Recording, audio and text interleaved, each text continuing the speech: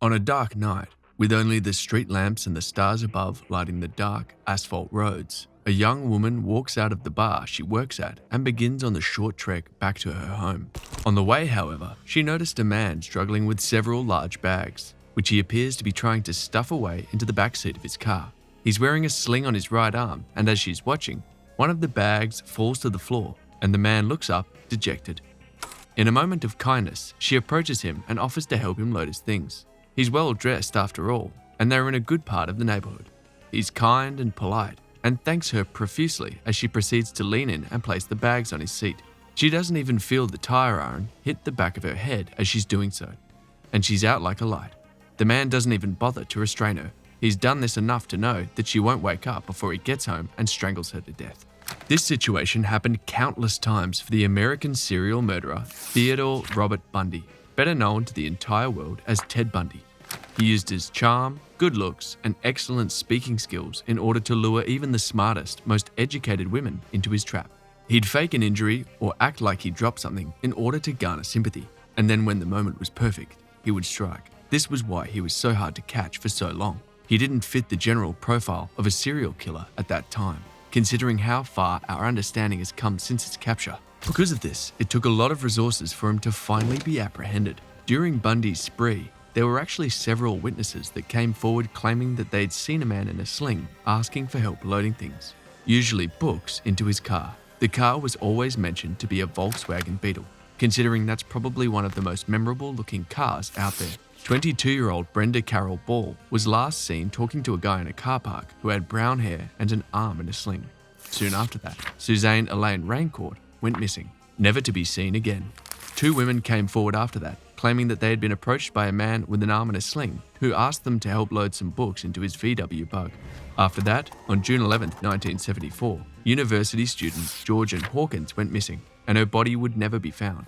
She had been with her boyfriend until around midnight on that day, eventually leaving his place and walking until she was spotted by a male friend driving by. They chatted for a bit, and she expressed that she was nervous about her Spanish exam before she went on her way. Later, witnesses would claim that they had seen someone shady lurking in nearby alleyways with his arm in a sling. One woman said that he'd asked her for help to load a briefcase into his car, but she'd been in a hurry and had refused. That was lucky for her. She had no idea how close she was to being murdered. Hawkins wasn't so lucky. Despite never finding her body, officers knew what happened to her because Bundy later recounted it during his pre-trial questioning. She fell for the trick and he knocked her out with his tire iron before strangling her and hiding her body somewhere in the woods. He returned to her body 3 times in some sort of sick, ritualistic fashion. Bundy was incredibly confident and didn't believe that he'd ever be caught. He worked as the assistant director of the Seattle Crime Prevention Advisory Committee, where he wrote a paper on rape prevention. He also did a stint at the Department of Emergency Services, where he did a talk on missing women and the best way to find them. Because of this, he was able to visit his own crime scenes even while police were there, because he blended in and already had established work in the field of crime prevention. It took a little while, but eventually investigators put together that whenever a girl went missing, a man was seen with a VW Beetle and with his arm in a sling. That was the clue that led them to believe that they had a serial killer on their hands. The public and the police were worried, and that was obvious. People stopped catching rides and helping people out when they saw them, despite generally wanting to be helpful to their fellow man. The people most at risk were young white women, as those were the victims that Bundy primarily targeted. His victims were almost always in their late teens or early 20s, and were generally conventionally attractive. Investigators began to believe that the disappearances were linked. Before this, because no bodies had ever been found, the police believed it was possible that the girls had just disappeared somewhere. Unfortunately, as time went on, it began to seem like that was less and less possible. Nothing about their personalities showed any sign of a flight risk, and considering most of them were students with established homes, friends, and mandatory classes, it just didn't seem like it fit. Bundy's spiral is often said to have begun when he approached 5 women at a park in broad daylight, asking if they would help unload a sailboat from his car. Only one said yes, but she ran away quickly as they approached because she realized there was no sailboat in or on top of his car. Later that day, Bundy would abduct 2 women in 2 separate places. People often question why the police couldn't find Bundy despite overwhelming evidence. They knew what car he drove, what the man's MO was, and he'd even told a couple of girls that his name was Ted. The cops were closer, but were still a long way away. They did have a sketch of him, however, and soon enough that sketch would appear in newspapers and on television all across the country. One of his co-workers at the Department of Emergency Services actually recognized the sketch and the description of the vehicle, and she made a call to the cops to report that Ted Bundy was the man they were looking for. Unfortunately, the police were receiving around 200 calls like this per day and ruled out the clean-cut law student, believing that he couldn't be their man. Bundy got away that time, but the heat was on and he knew it. He saw several of the skeletons of his victims being found by police, and he knew that his likeness was still posted everywhere. And so upon being accepted to study at the University of Utah, he packed his bags and left the city he'd terrorized for so long. Ted Bundy was only in Utah about a month before he began to kill again. September 2nd, he killed a hitchhiker. October 2nd, a 16-year-old girl. October 18th, a 17-year-old girl who worked at a pizza parlor. She also happened to be the daughter of a police chief, and after her body was found on a hiking trail, it was revealed that Bundy had kept her alive for around a week while torturing her. More abductions and more murders continued to happen. The disappearances were reported in the media, and eventually a woman back in Washington that Bundy had dated had put the pieces together and realized what was going on. She called the cops in both locations to report that she believed she dated the serial killer.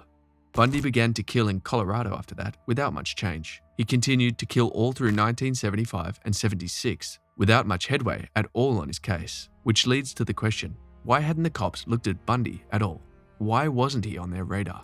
Eventually, they did. Once computers became more accessible to law enforcement, they became able to search the databases for similar crimes and found 26 names that could potentially be related to the crimes. Bundy's was one of them. Connecting the murders over state lines had been incredibly difficult before the computerized system, but now that it was in place, they had a bit of an easier time with it. He had managed to evade capture because of how he moved between states. That all came to a head, however, when he was pulled over by a cop one day. They didn't particularly have a reason to do so, only that he was looking suspicious. Upon searching Bundy's car, the cop found several suspicious items, including a ski mask, trash bags, handcuffs, a crowbar, lengths of rope, and an ice pick. It didn't take long for the cops to understand that they'd likely had a maniac on their hands, and the call from his lover as well as the rest of the information in their database helped with that. Upon searching his house, however, they didn't find any evidence that would allow them to detain him. If they had discovered his binder full of photographs of his dead victims, things would have turned out very different, but they didn't, and Bundy was on the loose again.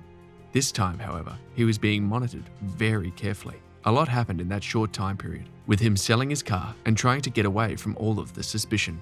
But he was eventually arrested and tried not for murder, but for aggravated assault and kidnapping. He was sentenced to several years in prison, and while inside, he was also charged for just one of the murders. He actually escaped from prison twice during this ordeal, eventually ending up in Florida, where he brutally attacked 3 girls within a sorority house at Florida State University. He then broke into an apartment and attacked another girl, but while there, he left behind his mask, sperm samples, and several hairs that the police found. He later drove to Jacksonville, where he abducted and killed a 12-year-old girl.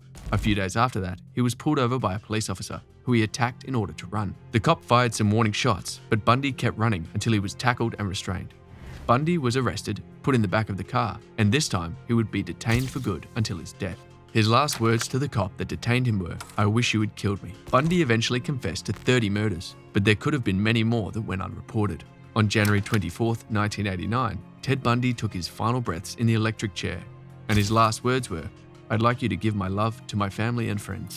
Thanks so much for watching. If you enjoyed this video, make sure to like and subscribe and check out our other videos if you're interested in learning more.